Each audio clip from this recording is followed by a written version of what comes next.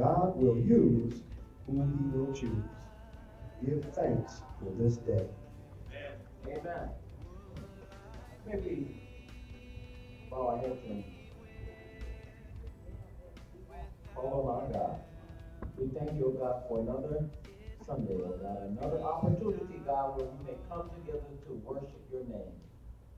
God, no matter what, we want to worship you because we know that you've been so good to us. There's nobody like you, O God. So we just ask right now, God, manifest yourself, O God. Show yourself strong, O God, that we may glorify your name. And we pray this, O God, in the mighty, magnificent name of Jesus.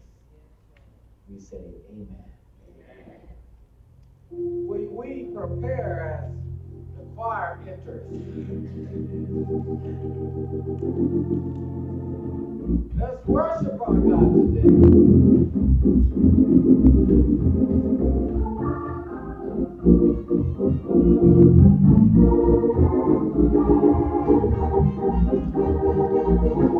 If you're able to stand, please stand as we normally stand and prepare. Oh, what he's done for me.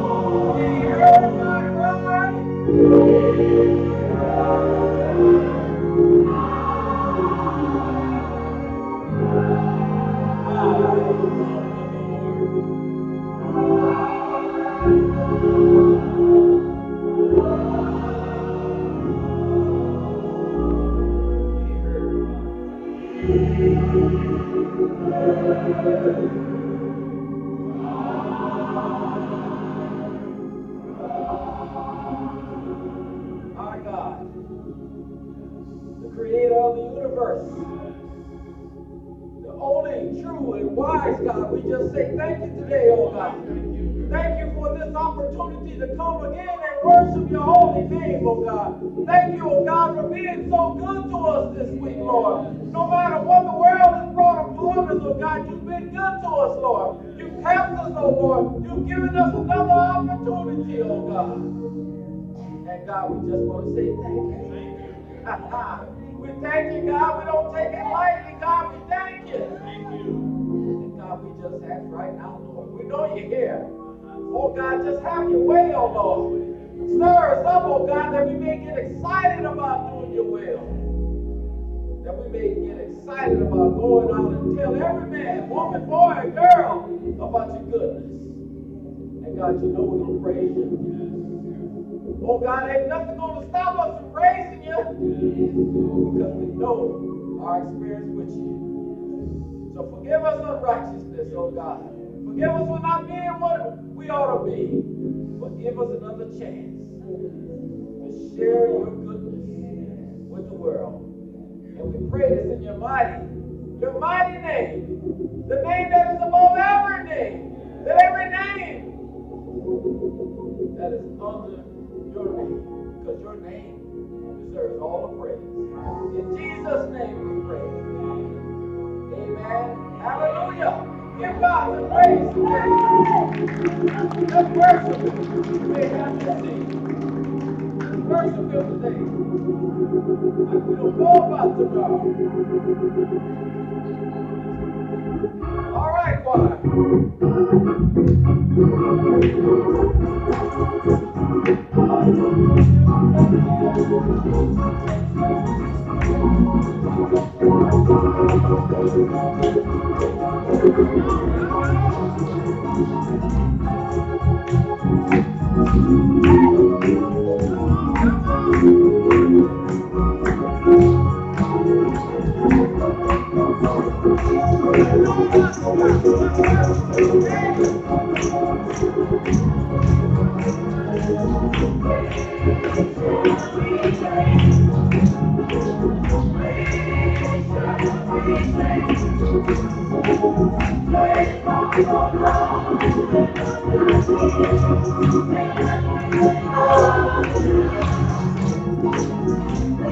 Oh, yeah.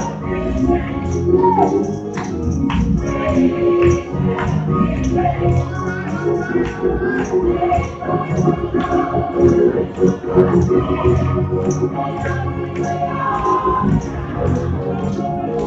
wish you were mystery. Wish I'd all sleep. Immediately. Oh,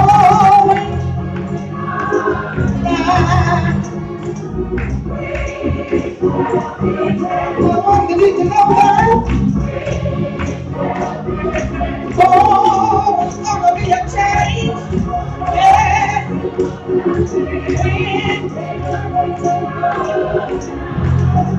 Now with that first trumpet sound, the dead and Christ is gonna rise. You see Jesus touch the sky. Oh, in the twinkling of an eye, we shall be changed. I know what to do that. Yes, it's gonna be a change. Oh,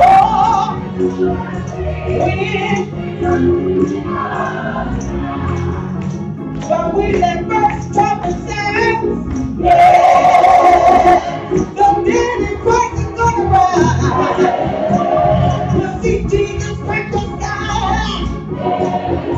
Oh, when the twinkling of an eye. Oh, when that first trumpet sounds, the dead in Christ is gonna rise. You see Jesus break the sky. Yeah. Oh, when the twinkling of an eye. I don't want to know that. Yes, it's gonna be a change. Oh,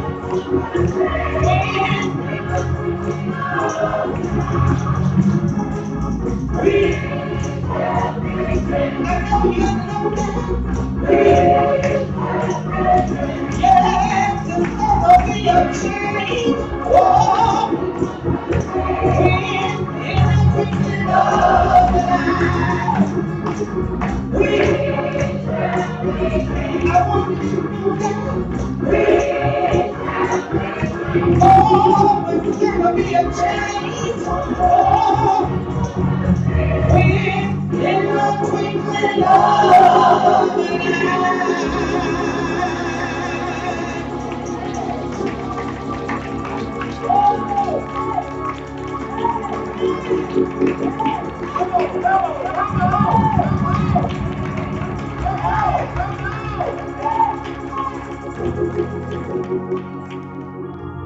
Aren't you excited today?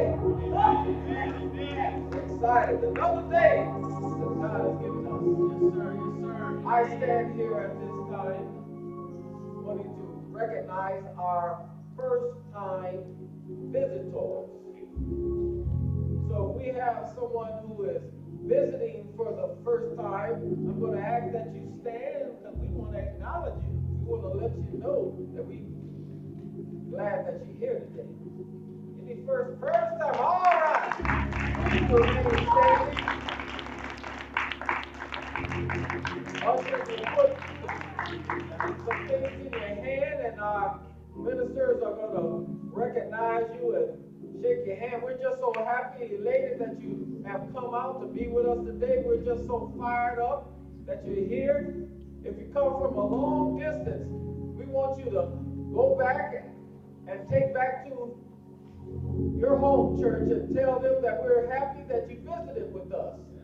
If you're from the Chicagoland area and you're just visiting us, we want to say this is the opportunity that we want to say hello.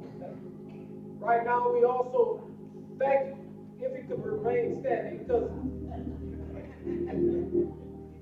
we're so happy. If you are visiting from the Chicagoland area and you may have a church, you might have a church, but we also have this opportunity when the word is preached by our own pastor, the Reverend John E. Jackson. Yes, in your heart that this is the time for you to make a transition to us. We are so elated. Give the standing in the audience, your hand, but give your heart to Jesus. We just thank you so much for being here today. Thank you. Thank you so much. And we also have those persons who are on the World Wide Web, and they're from all over, right? California, the Caribbean, wherever you may be. That's the technology we have. Have an opportunity to send out the word throughout the world. But if you're listening, come on in. If you're in the Chicagoland area, come on and be with us. Worship with us. It feels good to be on the internet, but it feels even greater to be here. So thank you so much. Thank everybody for being here. All through the week, we know that in this life we're faced with all kinds of challenges. And maybe during this week, no one has reached out and touched you. Maybe you've been working, and all that is somebody telling you to do this and do that. Well, we give everybody opportunity to have somebody reach out and touch them and say, I love you, and there's nothing you can do about it. So we're going to ask everybody to please stand, because we want you to go over and talk to somebody and tell them that you love them, who you didn't ride in the car with, you didn't sleep in your house with last night. So if everybody would stand, and let's go all over very quickly and introduce yourself. Tell them your name and say, hey, we're glad you're here. Glad to see you.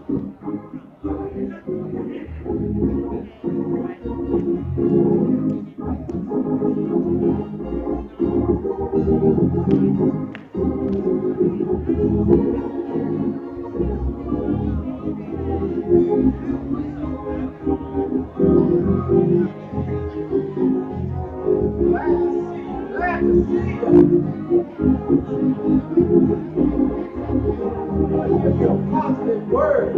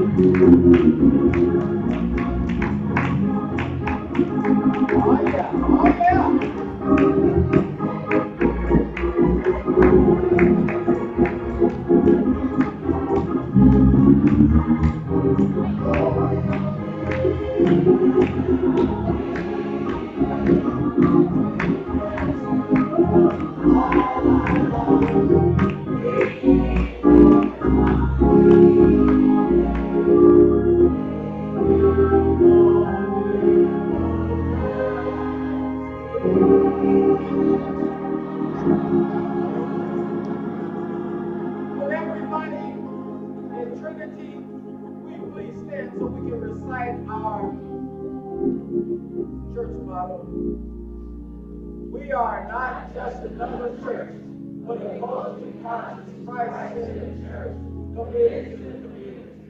We are unashamedly black and unapologetically Christian. Amen. You may have your seat. I'm going to call up our pastor.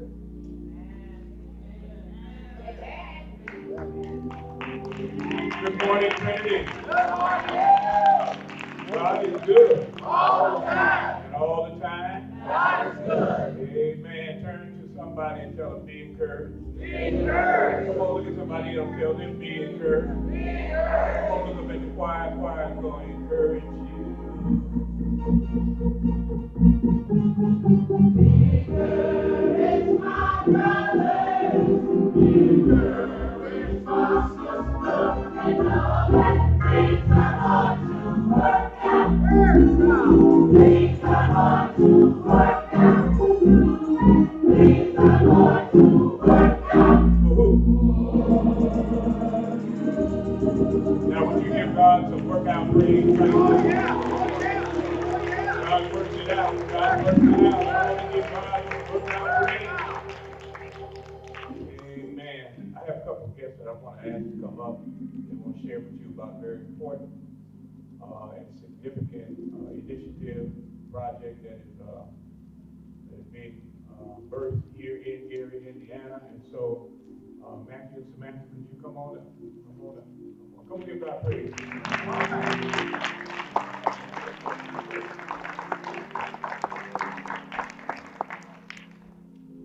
Talk about a hard act to follow. Thank you, Pastor. Thank you, everybody, for welcoming us here today.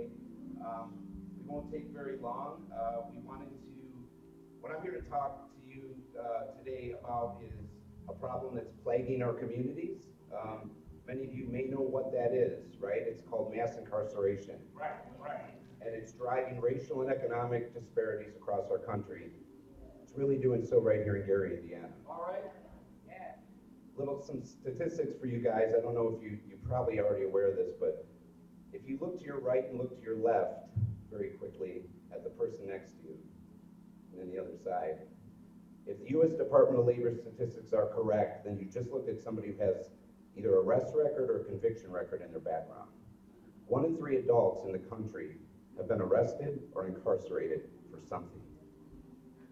90% of our nation's incarceration rate is happening pre-trial, meaning before somebody is even convicted of a crime, they're being held in jail.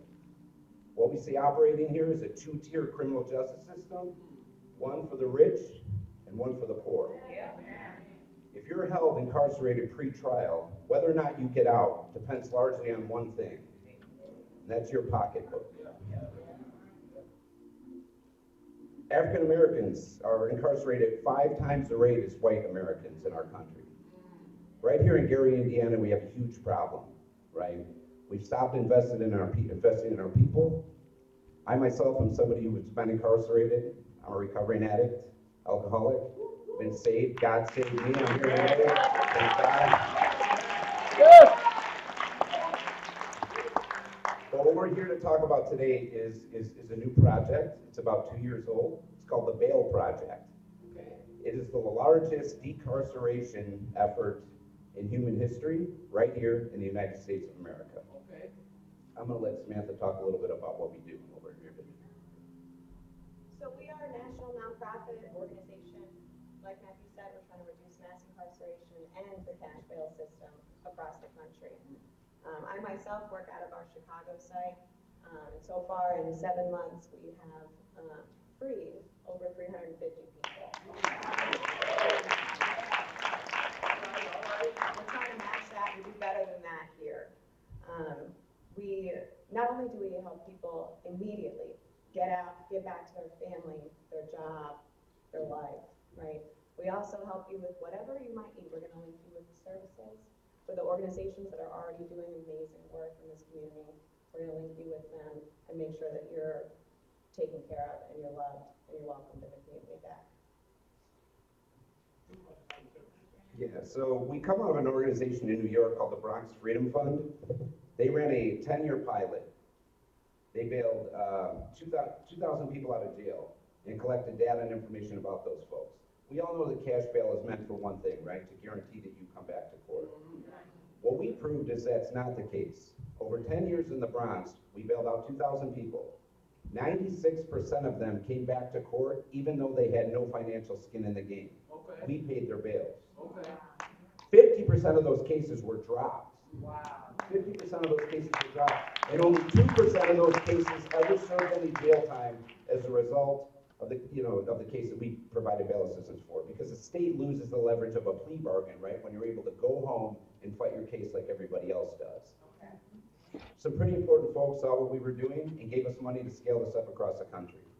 So we come to here today, and we're opening up shop here in Gary with a lot of resources. Some of the folks that you may be familiar with are Richard Branson, the founder and owner of Virgin Airlines and the Virgin brand, Danny Glover, John Legend.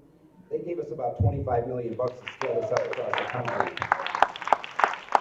We now operate the largest revolving bail fund in the world with $177 million in our fund. We're bringing those resources to Gary, Indiana to help free folks who are incarcerated simply because they can't afford to get out. To Samantha's point, we're going to reunite families. We're going to bring people back home where they should be, where they can get jobs, where they can do what they need to do, right? Fight their case from the outside and have a higher probability of winning that case. All right. Thank you. We're grateful to be here. We have some pins. Our motto, as I think everybody should know, is freedom should be free. Right? All right. That's right.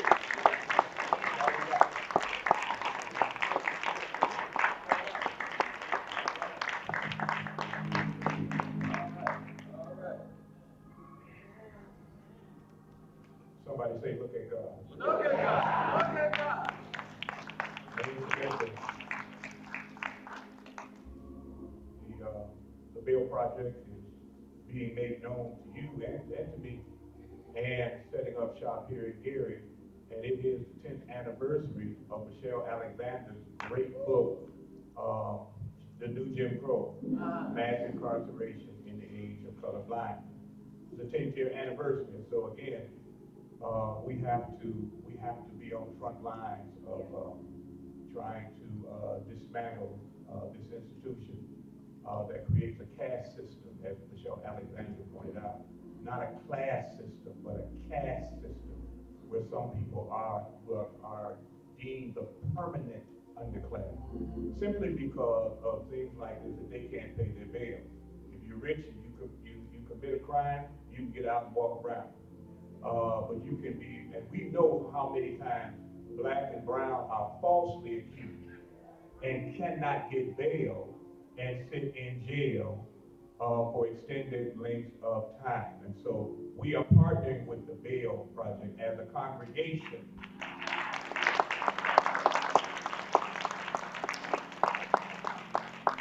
And I even offered our church as a meeting site. Whether it gets picked or not, doesn't matter. We're still partnering to make this a reality. Amen? And now, you want to share that word with other people that you come into contact with in your circle. You want to pass the word that there is this initiative, this event called the Bail Project that is trying to release folks, because freedom should be free. Amen?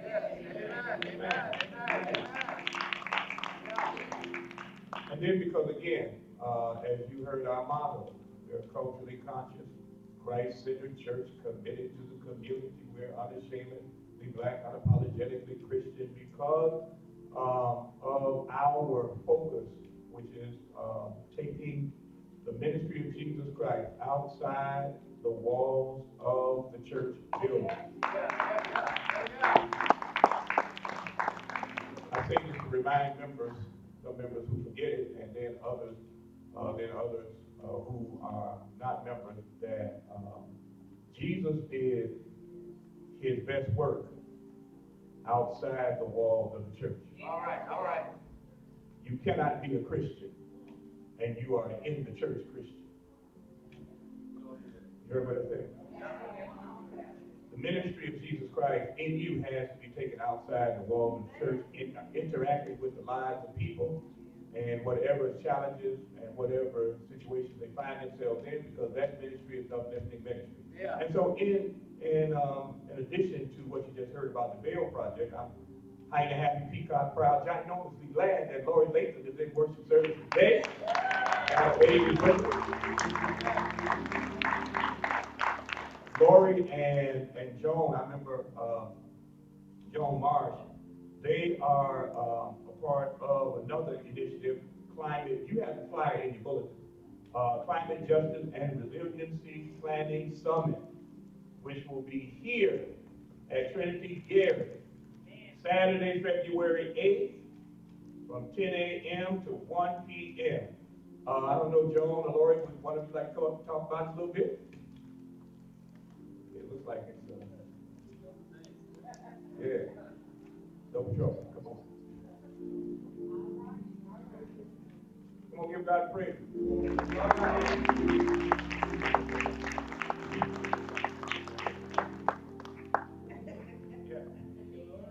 Yeah.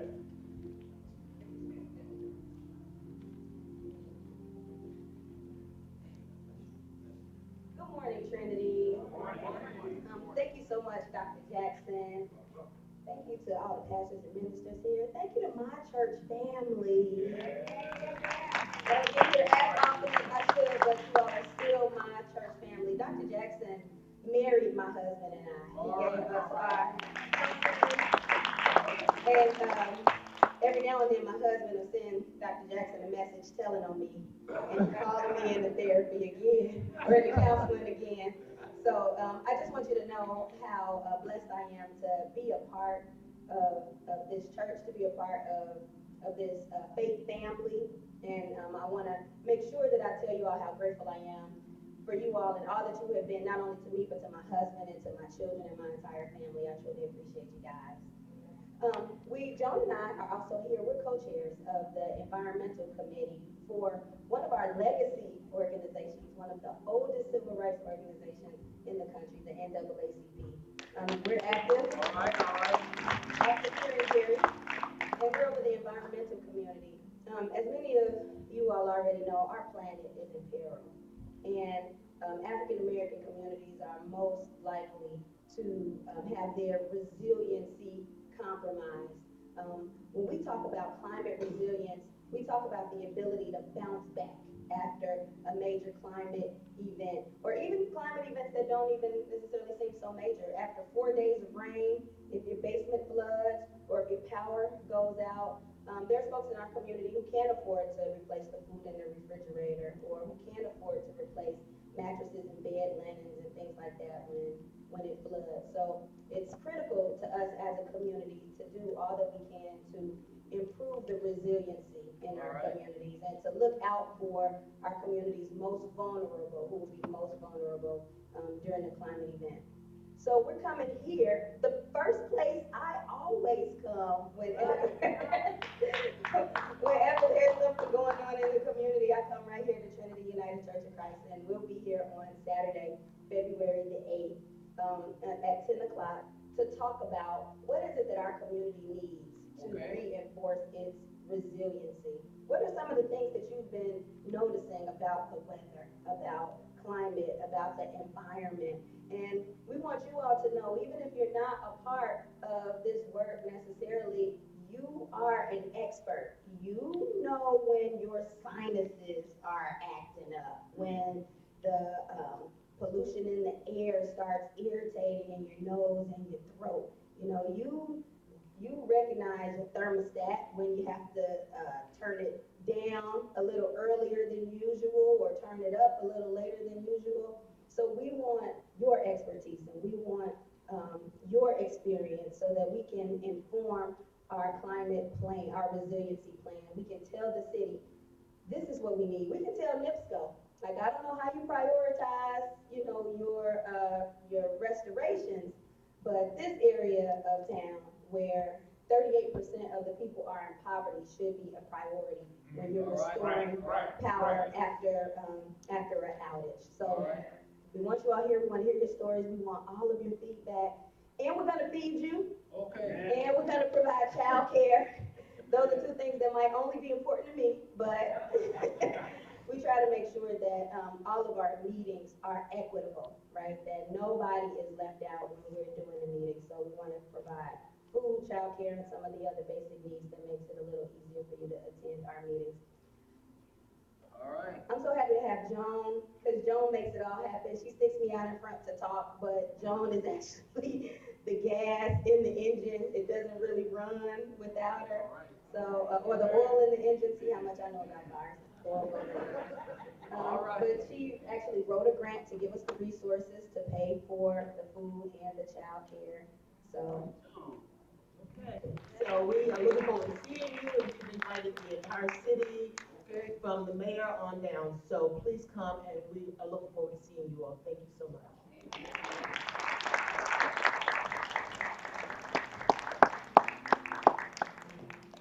All right, let's do this. Let's do this.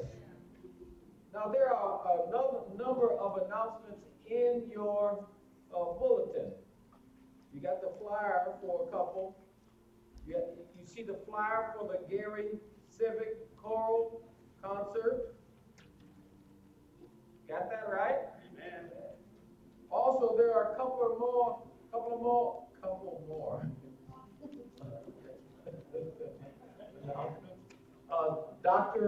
We will have once again this year, Dr. Ramuko Rashidi, right? You all know him, right? Yes. Some of you know him, but he has been to over 137 countries. He is the most prolific professor, educator in the world in terms of the African diaspora that's all over. We've been everywhere in this world. Okay, if you go to Mexico City, the number one statue would be of an African. It is their number one artifact. So we've been everywhere. He's been all in Europe, where a bunch of artifacts were taken from Africa and brought there. So it is a great opportunity. That will be the second Sunday after church. Right. We thought it was next week. I thought it was next week, Pastor. So it is. Oh, okay. No, it is the 9th. All right. And also on the 23rd, put that on your calendar, 23rd, because of African Black History Month, we're also doing a financial seminar on the wealth of the family. Wealth of the family. That will be on the 23rd, that Sunday, immediately following church. All right, so we have a bunch of things going on. And also, don't forget the prayer call. How many of you been on a prayer call? Been on a prayer call? But here you have the papers in your hand, in the bulletin, where you call in at 6 a.m. Before you get going, only early, for some of us, once a week. But it's an opportunity to get your morning started out all right with prayer. All right? I think that is it. Double check your bulletin, maybe in the back. Upcoming events. Oh, don't forget, tomorrow at 7 p.m. That's the annual congregation meeting. You've had the announcement, Pastor made last week, so don't forget that. All right? Amen? Amen. Thank you so much.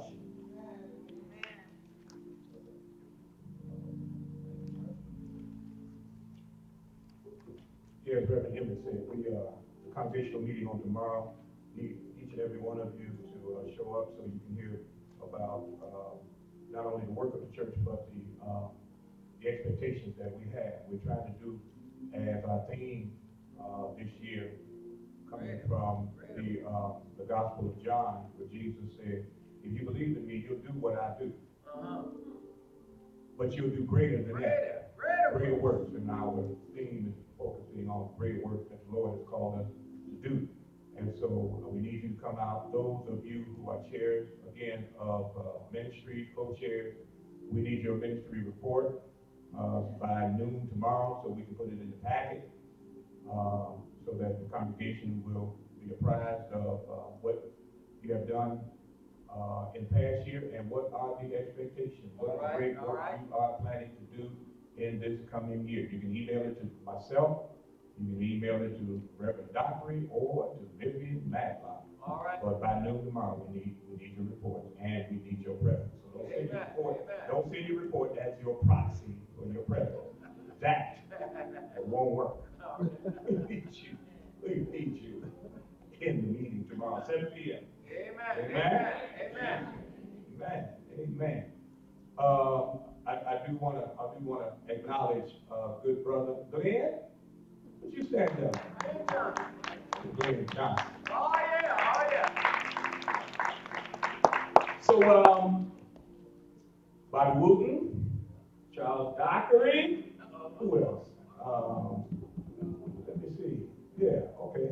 Bobby Wooten, huh? Yeah, okay. Bobby Wood, Charles Dockery, I need to inform you, because Glenn informed me that he is my favorite alpha. I ain't trying to start nothing. When y'all get a word to Argus also, because Glenn says he's my favorite alpha. All right. I do want to acknowledge that Brother Glenn, who again has family in our congregation, Amen. he's running for the Lake County Recorder's position. All right. I'm gonna give God praise. Amen. We're glad that he is here worshiping with us on this morning. And again, you heard the great work that we are attempting to do, partnerships and all of that. So please find some way to be engaged as we get ready now to go into prayer time. Amen. Prayer warriors always are on post to go in warfare on behalf of our congregation. And God has blessed us with some incredible prayer warriors. And you may not know who they are, but they are laboring right now in prayer. Amen. There is a meme by Minnie Hoskins as we get ready to go into prayer. That said, I said to the man who stood at the gate of the year, give me a light that I may tread safely into the unknown. And he replied, go out into the darkness, put your hand into the hand of God. That shall be to you better than light and safer than a known way. And so I went forth, and finding the hand of God, I trod gladly into the night. And he led me to the hills and the breaking of a new day in the east. It's prayer time. We invite those who would like to come down to the altar. You may come now, lay your cares and concerns right here at the altar of our God. Knowing that when you get up, you won't have to take up those concerns because the Lord will pick them up for you. I said to the man who stood at the gate of the hill, give me a light that I might tread safely into the unknown. As we gather for prayer, please keep in your prayer our member Deanie Wright. Right now, she is being driven to the emergency room with chest pain. Her daughter, our member Angel, taking her mother to the emergency room. Prayer warriors, we need to go in prayer. Labor right now on her behalf. Ask that you keep Deacon Greg Williams lifted in prayer. His grandson has found himself in a mellow behest. Deacon Greg and his family needs your prayer. There are other concerns that are listed on that yellow sheet in the bulletin. As you can see, that sheet is full. Why? because those persons asked that their names or loved ones' names be placed on that list. Why? Because they believe that you believe in the power of prayer. The most important tool you have in our arsenal of faith is prayer. And so as you grab the hand of the person who is sitting or kneeling next to you on the right, the left, even in front of you and or behind you, make sure you know their name and that they know your name. Ask that you will exchange names. We don't want anybody to pray by themselves this morning. We have ministers and deacons who are looking to see if anybody's sitting by themselves. Because you got a prayer partner this morning who is going to go into prayer on your behalf. And then once you exchange names, I'm asking that you will then share one prayer concern with that person, even if you came in here with them. Even if you're married to them, friends with them, share a prayer concern. Give them an opportunity to be a blessing in your life. Oftentimes, we don't give a blessing because we don't give folk an opportunity to be a blessing. Don't keep it all to yourself. There's some concerns that you will not express publicly, but there are many that you need to share with somebody.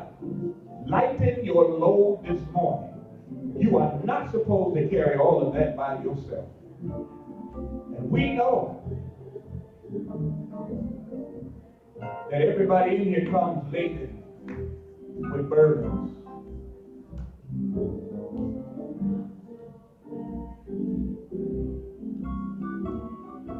I'm so glad they prayed. I'm so glad they prayed. Somebody prayed for me. Somebody prayed for me. Had me on their mind. Took the time to pray for me. I'm so glad they prayed. I'm so glad they prayed. I'm so glad they prayed for me. Now, as you have exchanged names and you have exchanged needs, I want you to bow your head, close your eyes. Just begin to call the name of the person whose hand you're holding. We are going into battle right now. You are going into warfare. I need you to call that person's name out loud. We will be storming the gates of heaven on somebody's behalf. Don't you take it for granted that you can keep your mouth closed right now and not do battle with the forces of evil on that person's behalf. Don't you take it for granted that that person is all right. Don't you take it for granted that they don't need to hear you call their name laboring in prayer in this sanctuary. You're in the sanctuary of God. You're not in your office at your job. You're in the sanctuary of God. It is right and good for you to begin to go into prayer out loud for that person. All you got to do is just call their name over and over and over. Labor in prayer.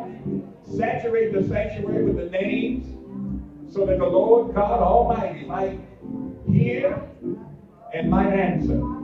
We go as a congregation. I'm sorry, but I need a praying church right now. And I need a faithful church right now. Don't be weary in well-doing.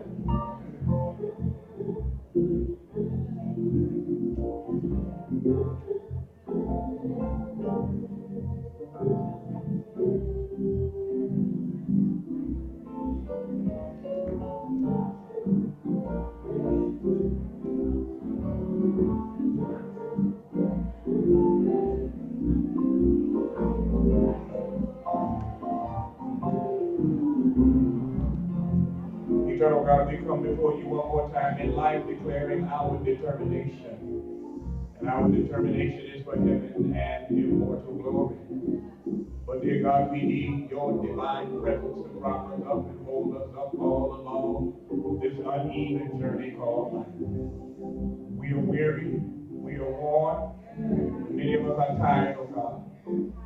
Some of us have been on this journey a long time. Others of us are new in the journey of faith. But all of us, oh God, have been hit by the arsenal of hell that comes against us. We've been attacked in our families, our loved ones, oh God, are laboring in pain somewhere. Somebody's loved one is battling dementia right now. Somebody's loved one is dealing with the upcoming surgery right now. Somebody is caretaking a senior loved one right now, and their strength is getting weak. Somebody in here, oh God, has been praying for a child for a long time. And it just seems like that child is not getting the message from you. And they are worried and they are in distress, oh God. Somebody's child right now is in trouble. Somebody's grandchild is in trouble. There's a niece and a nephew, oh God, who have strayed from the path and they are in trouble right now. We need you, oh God, to hear our prayers right now. Somebody in this sanctuary is in pain, physical pain, because they have had surgeries and they have taken the medication and their bodies are still hurting, oh God. They have difficulty getting up in the morning, difficulty using their hands, oh God. And they need the power from on high to help them cope, deal with, and endure the pain, oh God. Won't you please hear the prayers of your people, oh God? Somebody right now is grieving the death of a loved one. It was sudden and they cannot understand it. A young person had been taken from this life. And all the saint who was in good health has been taken from this life. God, we are asking in the name of Jesus that you will surround them in their moment of grief and minister them by your mercy, dear God. We come before you burdened, oh God. We come before you weary, oh God. We come before you asking because you are the God of eternal glory. And so our trembling hands reach into the darkness to place our hands into your hands to steady our steps, to steady our lives, to give us, oh God, the stability that we need to hold our heads up. Be encouraged because we serve a God who can do anything but fail. We serve a God who sits high but is able to look low. We serve a God who got more power in one hand than the devil has in all of hell. We serve a God who is the big C, Jesus the Christ, not cancer. And so in the name of Jesus Christ, Lord, won't you move throughout this sanctuary? Won't you touch hearts, lives, and minds? Won't you minister to somebody right now in their misery? Somebody, oh God, in the name of Jesus, needs you in their marriage. They need you in the relationship because they are trying to do well, oh God, but something is attacking the marriage, something is attacking the relationship. Somebody needs you to hold them together, oh God, because there are distractions all around, and they need you, oh God, to hold them together. And so in the name of Jesus Christ, we're asking in the name of that is above every other name, that God, you will hear our prayers and that you will minister to your people. Somebody needs a right now breakthrough, oh God. They are about to give up. They are about to throw in the towel. They're about to leave out of here and not come back to church because they're tired of the weariness. They're tired of the frustration and they need a right now blessing. Won't you move through this sanctuary and bless somebody with angels' wings? Remind them that you are still God. You still sit high. You still look low. You still are God. You still love them. You love them so much. You went up on an old rugged cross for them. So in the name of Jesus Christ, won't you please right now manifest your presence in this place? Call somebody up right now. Give somebody some endurance right now. Won't you please do it, oh God? Do it, Lord. Do it for your glory. Do it for your name's sake. But leave us the blessing that we'll be so careful to give you the praise, to give you the honor, and give you the glory in the matchless name of Jesus Christ, our Savior. Let all that love it say amen. Come on, say amen again. Now throw your hands up and say amen like you really mean it. Now hold that person whose hand you've been holding. Tell them be encouraged. You're going to make it.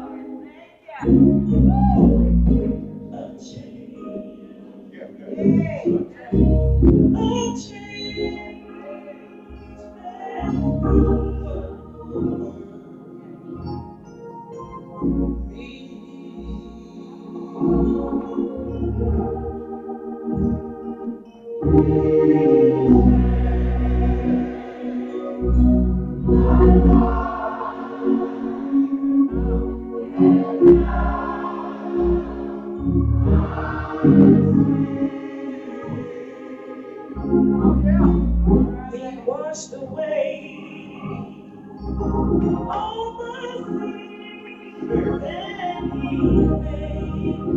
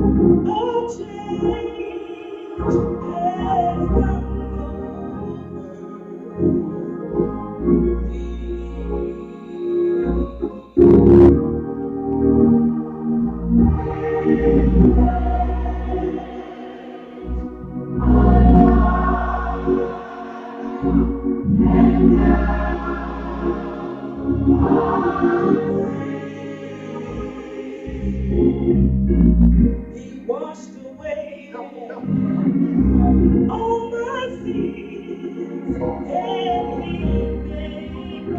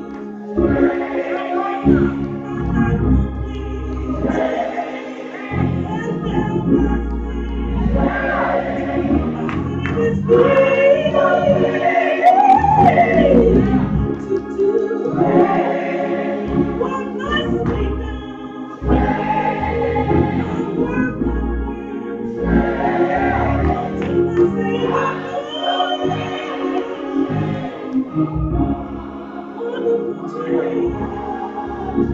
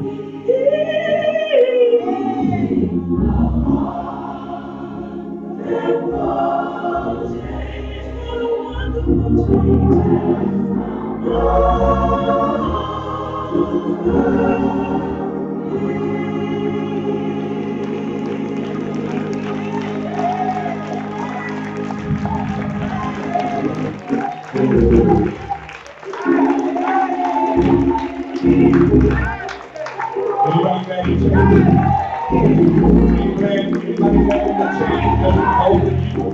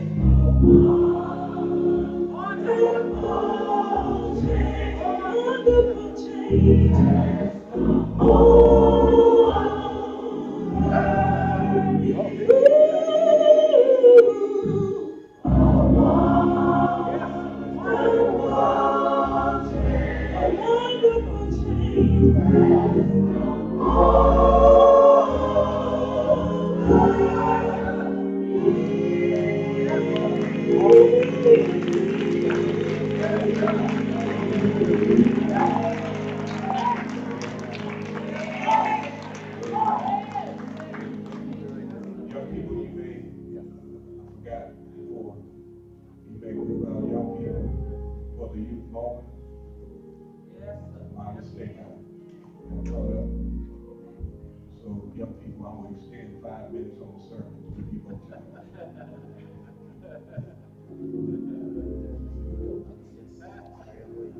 Wonderful, wonderful.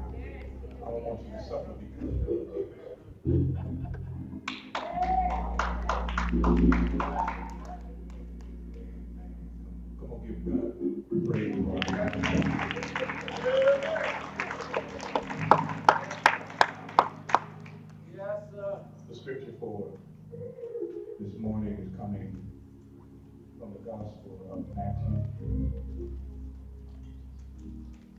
It is in your bulletin on the yellow sheet. I ask that you, if you got your apps on, I ask that you will have to open on your Bibles. We're looking at Matthew the 6th chapter. We're going to focus on the 9th through the 10th verses. I'm reading from the New King James Version of the Greek New Testament. And it reads, after this manner, therefore pray ye, our Father, which art in heaven, hallowed be thy name, thy kingdom come, thy will be done in earth as it is in heaven. Thank you. You may have this seat.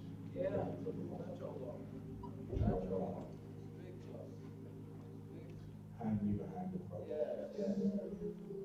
That your people will see thee and not me. Be reckless with me without my permission. If it's not on the manuscript, put it in my mouth. Fill me and empty me at your will.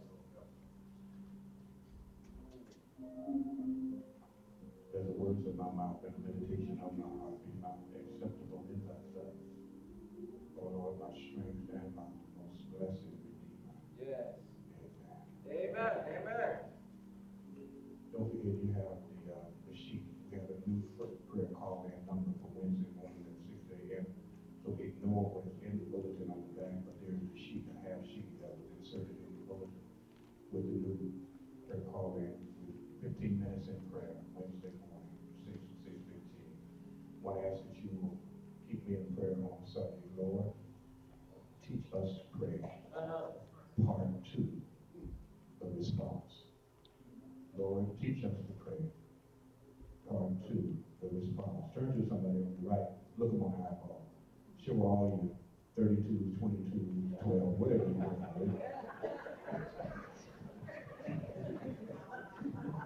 There it is. It's short.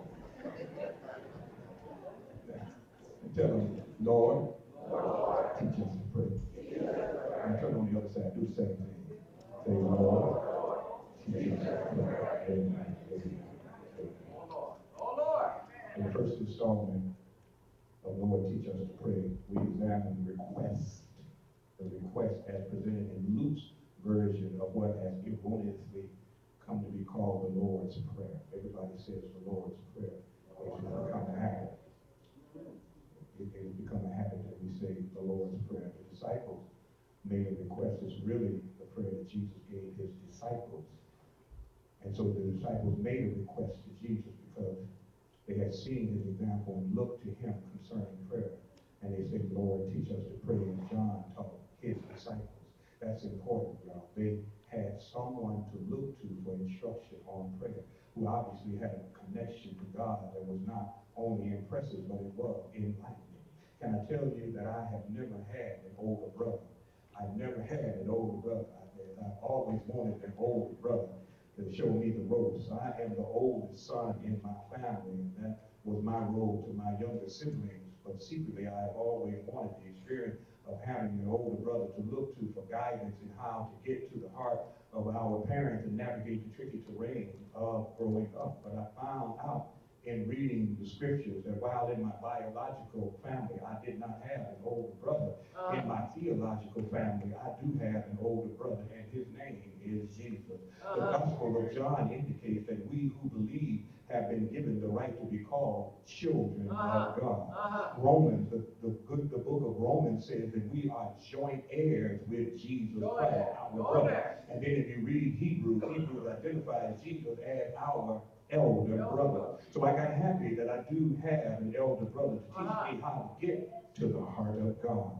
Let me illustrate it like this. I heard Dr. Lance Watson, Reverend Doctor, share an incident from the backyard of his life that I want to share with you right now. You see, Lance said that he was honored to direct the Richmond Symphony Orchestra, Bobby Wooten. It was a couple of years ago. Now, the challenge was that he is not a conductor and he is not a musician. He was included with 5 other celebrity conductors to raise money to fund music programs for inner city children. His assignment was to direct the piece Ride of the Valkyries by Richard Wagner. knowing that he and the others were novices at this. The symphony provided a couple of lessons in conducting, but this was not nearly enough for the magnitude of the task at hand. Lance said that he felt his anxiety rising as the day approached, and he did not want to publicly embarrass himself. But at the end of the second rehearsal, he said the conductor introduced him to a young lady who the conductor said is your new best friend. Lance asked, well, how is that? And the conductor went on to say that she will be sitting to your right. The audience will not be able to see her. They will just see you. As you conduct the orchestra, they will not really be following you. Okay.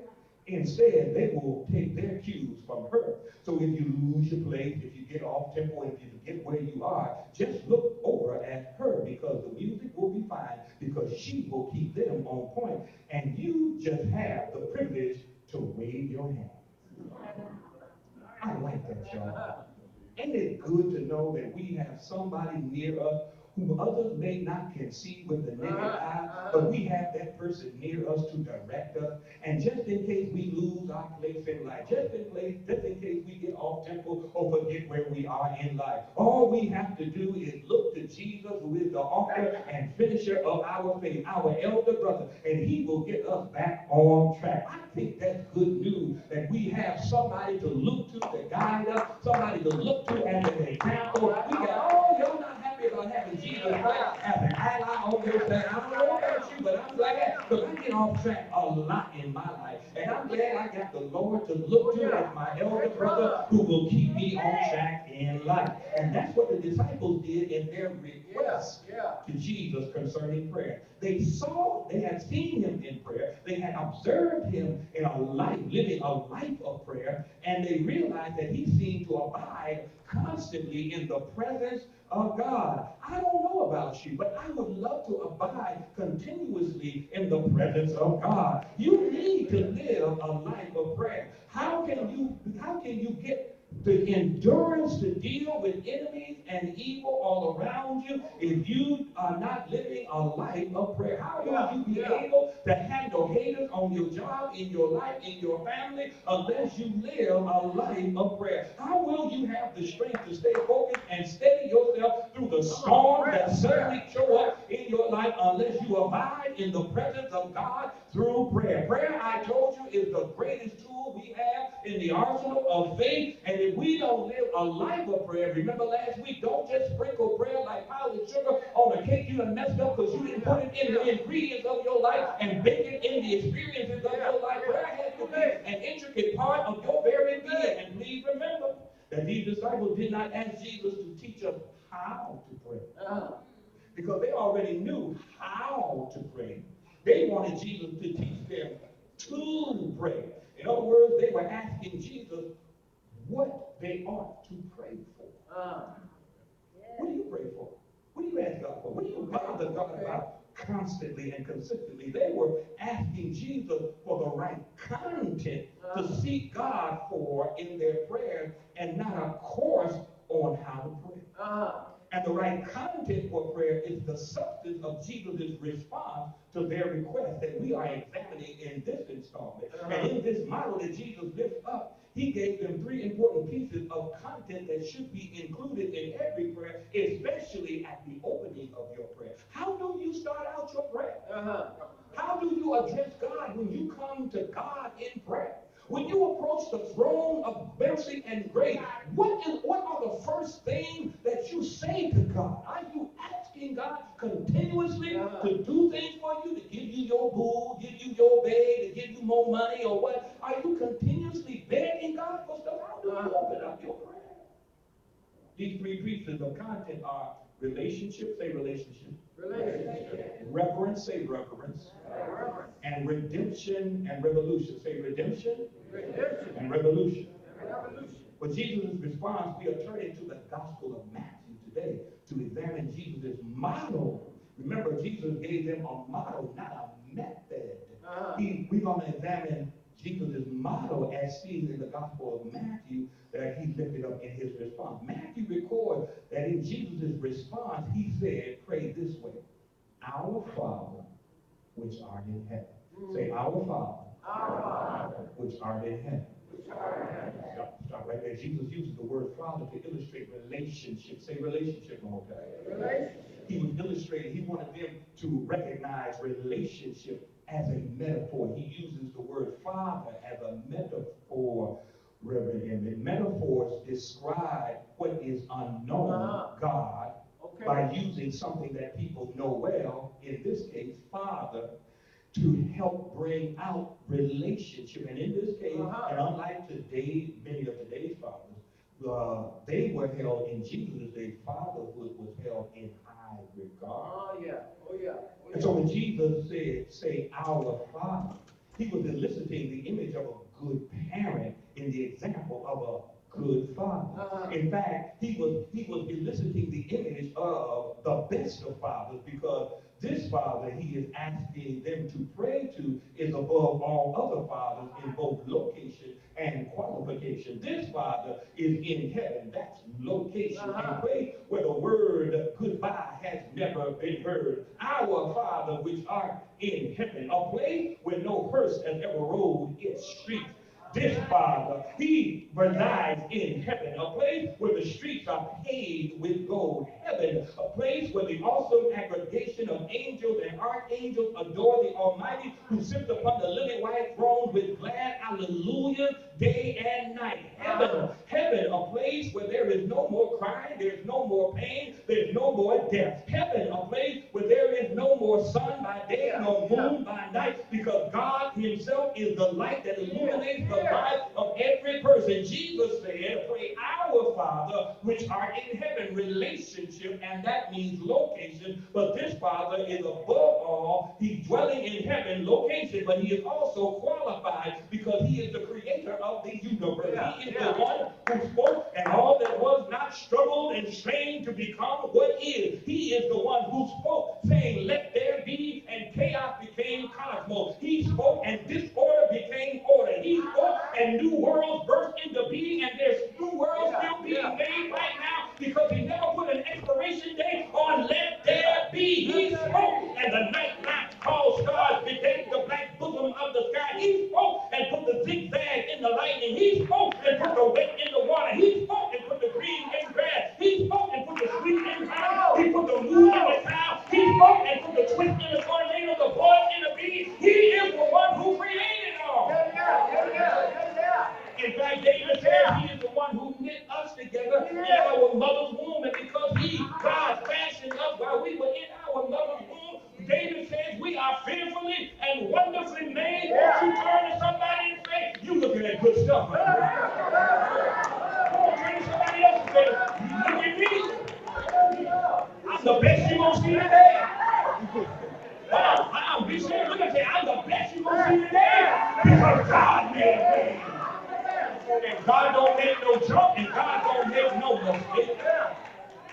He's qualified, or in other words, this God is able. Anybody besides me know that our Father in heaven is able. God is able, and I'm the only one that knows that God is able. He's able to turn sadness into gladness, able to turn pain into power, able to turn your struggle into strength. He is able. Anybody know that He's able to do exceeding and abundantly more than you could ever ask or think now under Him.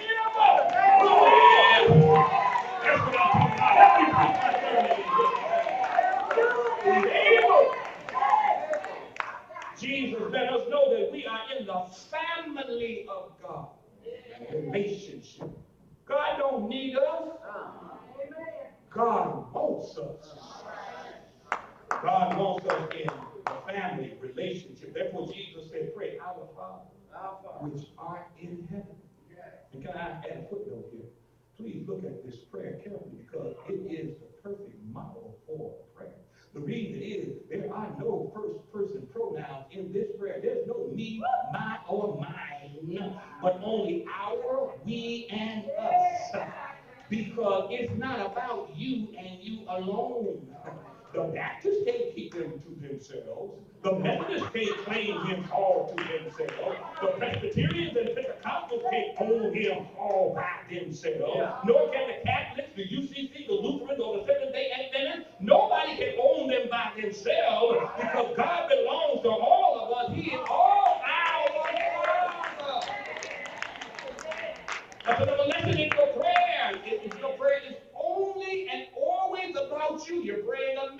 Jesus said, pray like this, our Father. Now, it was never meant to be an individual prayer. It could be private, but not individual. But Jesus was also saying this is a prayer that as a congregation we need to pray. I'm talking about prayer because we need to be a praying church, because the only way we are going to get where the Lord has called us to be is that we labor in prayer as if our lives depend on it. You always have time to pray. Don't you dare say I ain't got time to pray. And you always have time to pray with your congregation. Don't you act like your prayers are the only thing that you need to pray. We need to gather together and pray as Jesus taught us to pray. So that we can have power. Anybody here want power? Secondly, after we recognize relationship, next we must resolve to reverence God.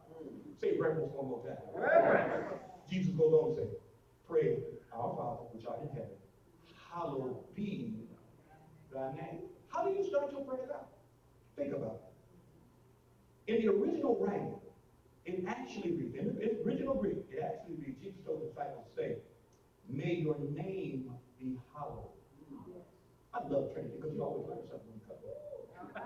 They told me they got an intelligent pastor.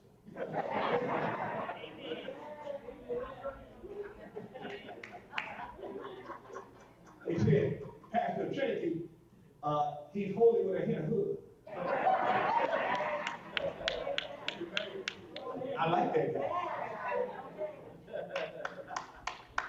We are in relationship with God as parent to child. But don't get too casual with God. Don't get too cozy with God. Don't get too common with God. Because God is holy and his name is to be reverenced. You see, names are important, especially in the African culture. And the Bible was written, let me remind somebody, in Africa. It was not written in Rome or Europe. It was written by Africans in Africa, really about Africans. So remember, there is importance to name and name. That's why, name your child Lexus and name your child Hennessy and all that type of stuff. Name, ascribe and describe. You are describing what your child is to be, and you're ascribing something noble for them to reach to. But we've got to labor in name. I ain't hear nobody's name, your grandchild Lexus or whatever. That's okay. Maybe they will get a Lexus one day. But I'm saying names are important. And especially in Scripture. And God's name is most important. What is God's name? That's complicated. Because God is too big. God is too much for just one name. God is known by many names. You've heard El Shaddai. You've heard El Elyon. You've heard Yahweh Giver. You've heard Yahweh Rofa. And it's not Jehovah. It's Yahweh. Well, let me go on. But God is known by many names. But what in particular happened in the book of Exodus? Moses pulled aside to see a bush that burned but would not burn up on the backside of the mountain. Moses approached that bush, and when he got just a stone's throw away, Moses heard a voice that said, take off your shoes, because where you stand is holy. Moses took off his shoes and approached the presence of this bush that was burning, but it would not burn up. And that voice spoke from that bush and began to say, I have seen the misery of my people. I have heard their cries for liberation. I feel their pain, the voice said, and I've come down because I will do something about their situation. They were people under oppression in Egypt. You know what oppression is. It's like when you get charged bail and you poor and you can't get out of jail. You know what oppression is. When they put fees on your incarceration in jail so that you come out owing more money than you did when you go in. You know what oppression is, don't you? The people were under oppression in Egypt. And God spoke to Moses and said, I've come down to do something about it. That's why I'm sending you. Somebody missed that. When God's going to do something, God's going to send you and me to do something about the situation. Oh, and you ain't going to clap on that? Only one person going to clap on that? I said, when God is going to make changes in this life, He's going to send you and me to do something about it. And Moses said, well, if I go to the people I need to know your name. I need to know who you are. Yeah. Because when I go to them, they're going to ask, well, you come in your name or somebody else's name, so I need your name, God. And God says, you tell them that I am that I am has sent you. God's name. I am that I am, or I will be what I will be. Now you got to come to Bible class to figure out why that sounds like that. The tetragrammaton, the tetragrammaton of I am that I am are these letters Yahweh, Y-H-W-H, Yahweh. That's the tetragrammaton of the words I am that I am, Yahweh. And that name is so holy that the Hebrews, the Jews, don't even say God's name even today. You hear them say Adonai. When they see God's name written, they won't even say, because God's name is so holy, they dare not say it. In fact, God's name is only pronounced once a year, and that's when the high priest goes into the Holy of Holies, and he is going to make intercession for the people. He must ask for his own sins. He has a rope around his ankle. It has a bell on it, because if he does not be clear in asking for forgiveness for himself, he might fall dead up in there, and they pull him out with that rope. We need another priest. Because God's name is holy. Holy. Be careful that you don't get too common with God. Let me illustrate it like this. Janice and I have 3 adult children. Age 40, 39, and 38. We started young. But here's the deal.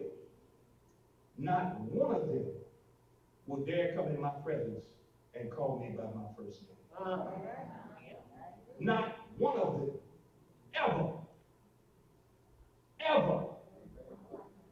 will come in my presence and say, hey, John. Not one of them will say, hey, Janice. It's daddy and mama. Are we clear about that? Because I hear some stuff from folk nowadays. Oh my goodness. I have never called my mama or daddy by their first name. It's always, I'm 61, and I got 3 earned degrees out my college. I'm a red breed in this area. I got 3 degrees earned. I can get them for online. I joke up here, but I know how to navigate the halls of academia. I know how to talk the talk of the high cockalarians. And I sit as Dr. Jackson. But when my mama said, hey boy, come here, yes ma'am.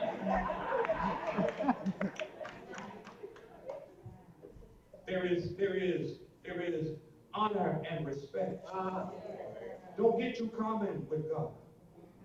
If we honor our earthly parents, if we honor a judge in court by saying, Your Honor, and if we honor the office of the President of the United States, no matter how the lying king in office plays to his racist base and the spineless Senate, and we still call him Mr. President, then in our prayers to God, God deserves much more honor and reverence than us. God deserves and demands our reverence. God's name is to be hallowed. May your name be hallowed in me. In other words, I don't want it to be just me that hallows your name, but I want the world to hallow the name of God, because God is the God of eternal glory. And I want to be an example of how you reverence God's name. I want other people to recognize how great the God is that I serve, how much respect I have for the God that I serve. I want God to know how much I appreciate and adore God. So when I start out my prayers, I'm calling God and hallowing God and glorifying God before I ask God for anything. I'm going to magnify the Lord. I'm going to lift up the name of the Lord. I'm going to let God know you are more important than anything else. I owe my life to you, God, and therefore you deserve all of the reverence and respect I give you.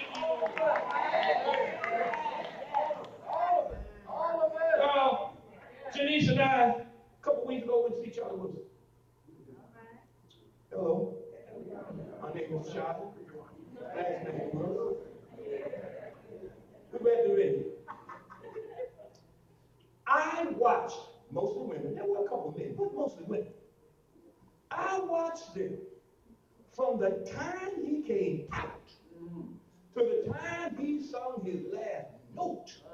Stand up calling out, Johnny! Johnny! Ooh, Johnny! Grown women. Some could be my grandma.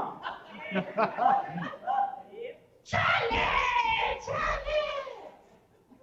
Publicly now, you understand this is a venue.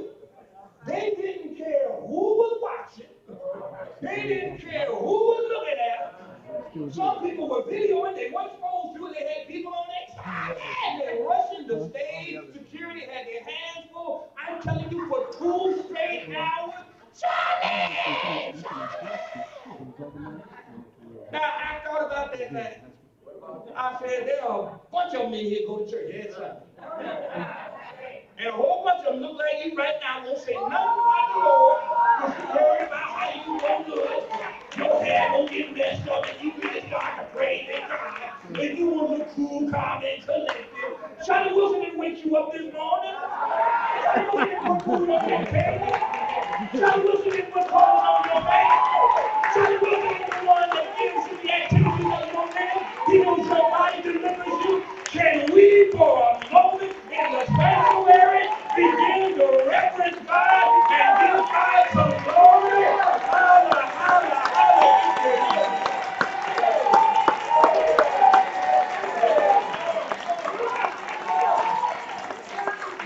Come on, God deserves the worship. God deserves the reverence. God deserves the honor. We serve an awesome God. He's a mighty God. He is God. He is the one who lifts up the sun. He is the one that gives us life and blesses us in life. Oh, come on, give him glory.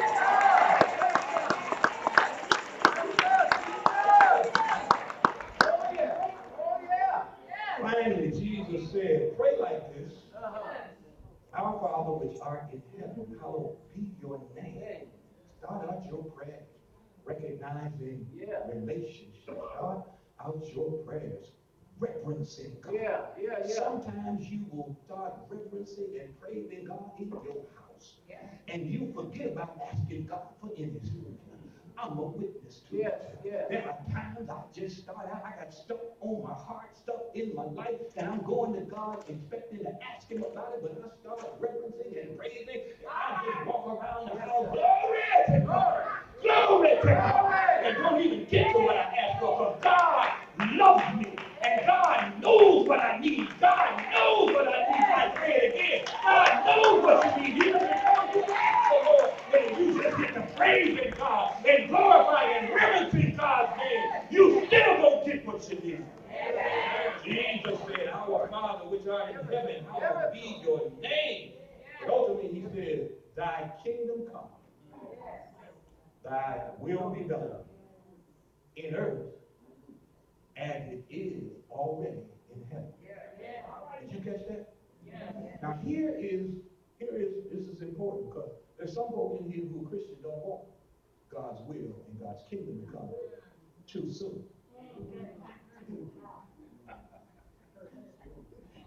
You know, they still want to do some stuff they want to do. In your prayers, there should be your desire that God's kingdom and God's will be in effect here on earth as it already is in heaven. That's why this last point is both redemption and revolution. Redemption because God's kingdom and God's will be done redeems his world from the greed, the sin of greed, the sin of selfishness, the sin of insensitivity, the sin of lack of compassion, the sin of stinginess, the sin of gossip, the sin of waging wars for profit in this country, the sin of rebelliousness from the will, the word, and the way of God.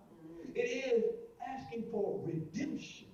But that is why this prayer is also subversive. It's subversive and is revolutionary. it puts the disciples in the crosshair of the empire of Rome. A couple years ago, we had a 6 p.m. Bible class where we looked at a series called Kingdom and Empire. And in that Bible class, in that series we watched, it was showing this battle that is waging right now between God's kingdom and the empire in the movie of Rome. We live today in the American empire, and it is an empire. Don't run out of here saying Rev Jackson don't like America. Rev Jackson don't love America. Rev Jackson loves America like Martin Luther King did. If you really love something, then you're going to question it. You're going to call it to account. If when you don't love it, when you just go along to get along. We live in an empire, and they live in an empire. And so when Jesus said, pray this, Jesus was putting his disciples on the front line against the empire.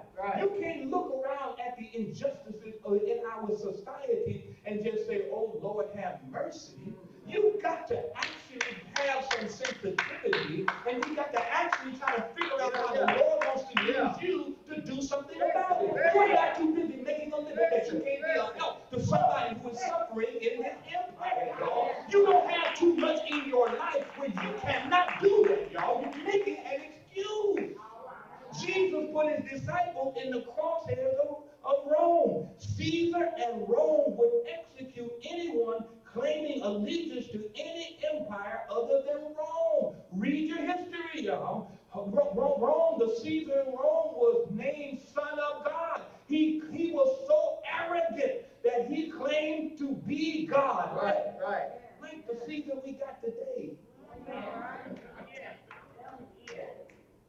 And Rome was the empire, and they would execute anyone who claimed allegiance. So when the disciples would pray, thy kingdom come, thy will be done, and they didn't do it privately, they would do it publicly. It put them in the eyes of the empire. Why? Because two kingdoms cannot exist at the same time in the same space. You will have to choose.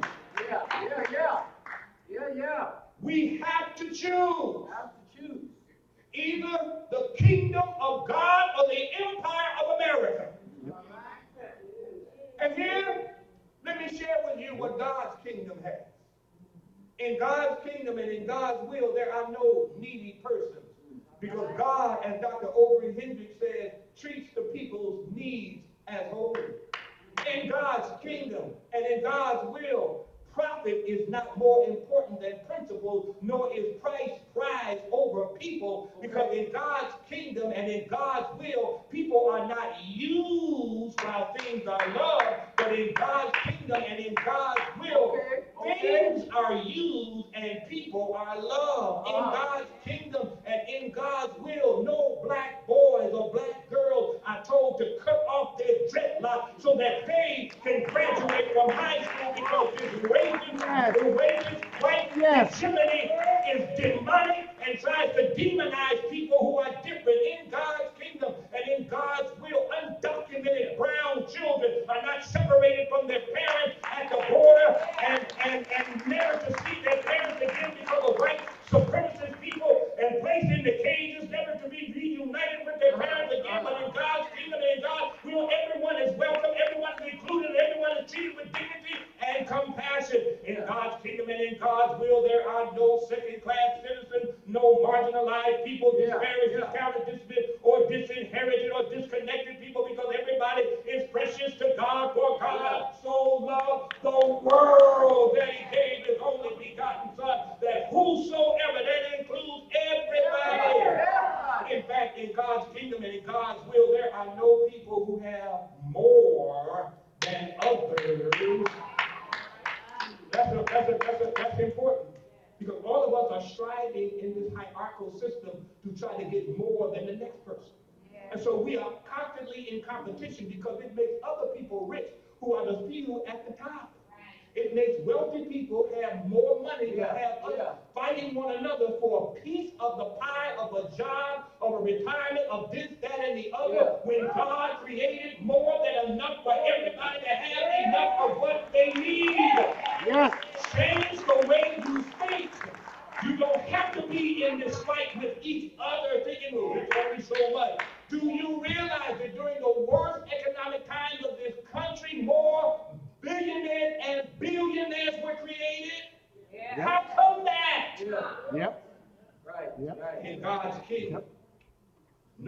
people have more than others, but God gives to everyone enough of whatever they need to live. That's why in God's kingdom and in God's will, all of our insufficiencies are covered by God's total sufficiency. Let me close with this illustration. A father decided he was going to make a surprise visit to his son who was away in college. Daddy drove to the college. Didn't call his son and let him know he was going to show up. Just wanted to check on him.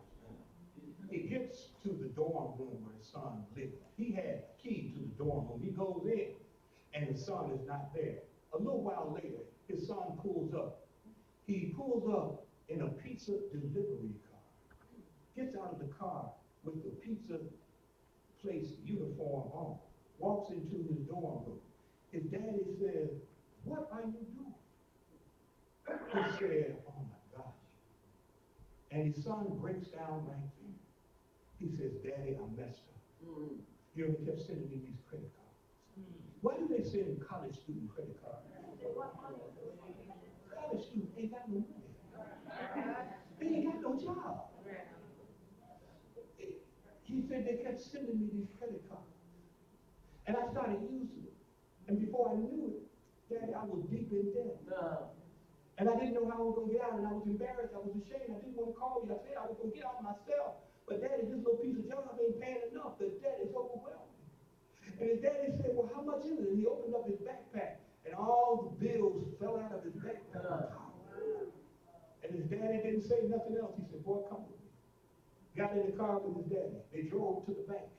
They got to the bank. His daddy got to the teller and put each bill one at a time and said, "Pay this bill. Pay it in full. Pay that bill in full." He got through with all the bills. Then he said, "Now this is what I want y'all to do. I want you to link his account to my account." You link his account to my account. So that whenever his insufficiency is seen, it will be overshadowed by my sufficiency. And what I'm trying to say to somebody, that's what we link up in prayer.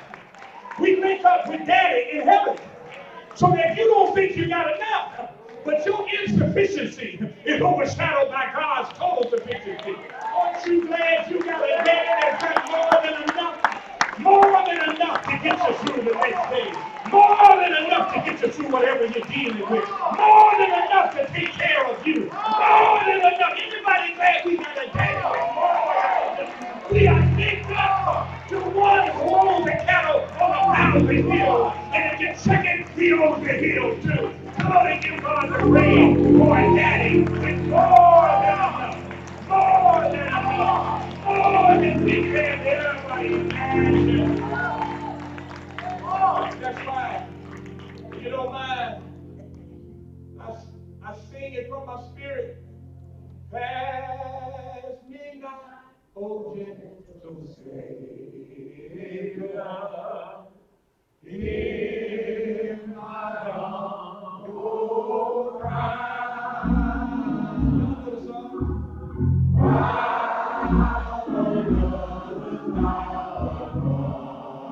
That's prayer. That's prayer.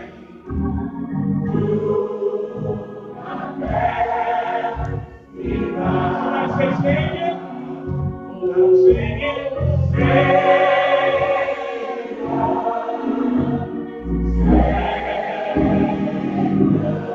what you want? That's prayer.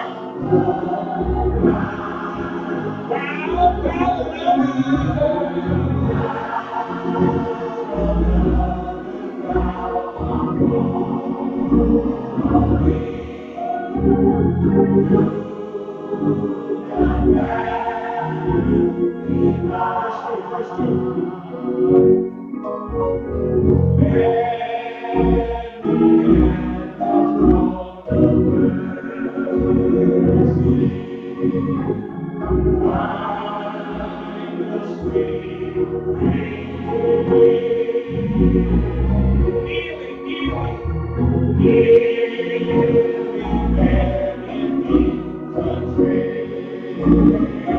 That's prayer.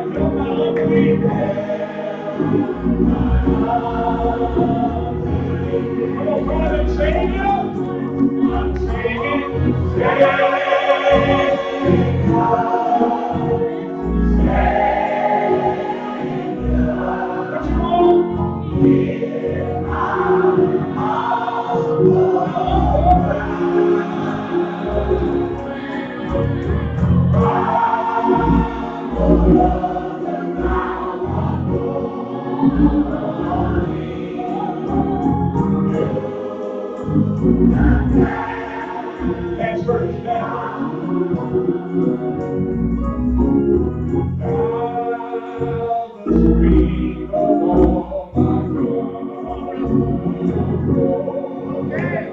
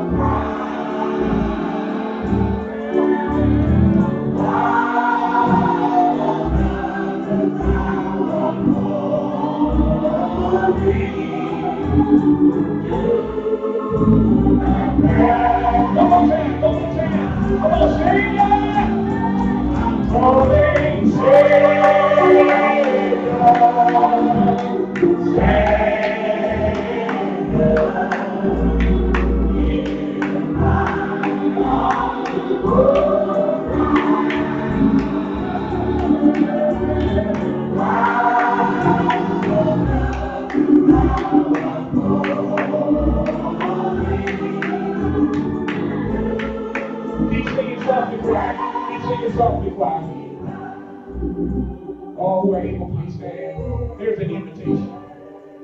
You want to be connected with the creator of the cosmos, hooked up with the holy. The first step is to step out on faith from where you are. Come on down. Give the deacons your hand with your whole heart, mind, and soul, body. If you've never come to things under Jesus, and you're not active in a church, your name is just on the road, and while you go, you're not growing. But God sent you here today because we are a working church and we love to have you. You're here to work, we do it. We need more soldiers for the cause. And we would love to have you as a part of our army of faith. All you gotta do is just step out wherever you are. Come on down, give your knees your hand. Give your heart, mind, and soul to God. Come on, won't everyone, will everyone this morning? You know how to do. Turn to the person that's standing next to you, sitting next to you. Ask them, have you accepted Jesus Christ? Ask them, are you active in the church? If they answer no to either one of the questions, ask them, can I walk you down? I want to be a blessing.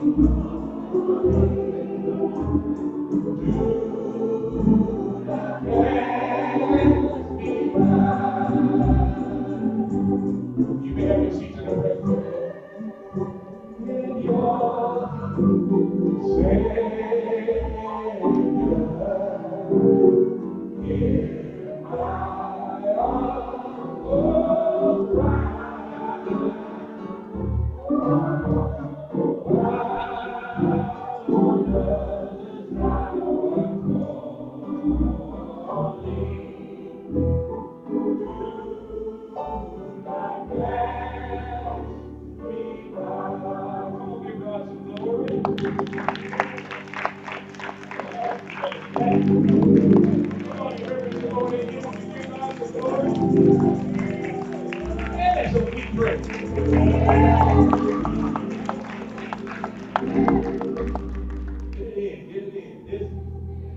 It's offering time. It's offering time. It's offering time. Scripture says, give,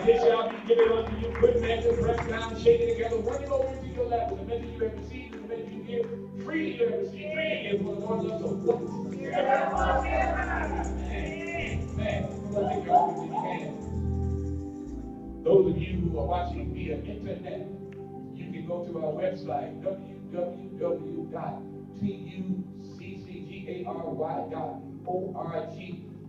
When you get there, you'll see a giving tab. You hit that tab, it will direct you into giving, or you can download our church app, Trinity United Church of Christ, Gary. Download the app, give by app. Anybody in here can bring your checkbook or cash. You got a debit or credit card, great. Put your Baptist hand up, Baptist finger up. The ushers will guide you to the church office for a credit card machine. We come because the Lord has been so good. And we come to worship with an offering. Amen. Amen. Come on, take your offering in your hands as we go to the Lord in prayer. Eternal God, all that we need, your magnificent and mighty hands have provided. Touch the tithes, offerings like you did a little last lunch. Multiply for your kingdom building right here on earth. In the name of Jesus, we pray.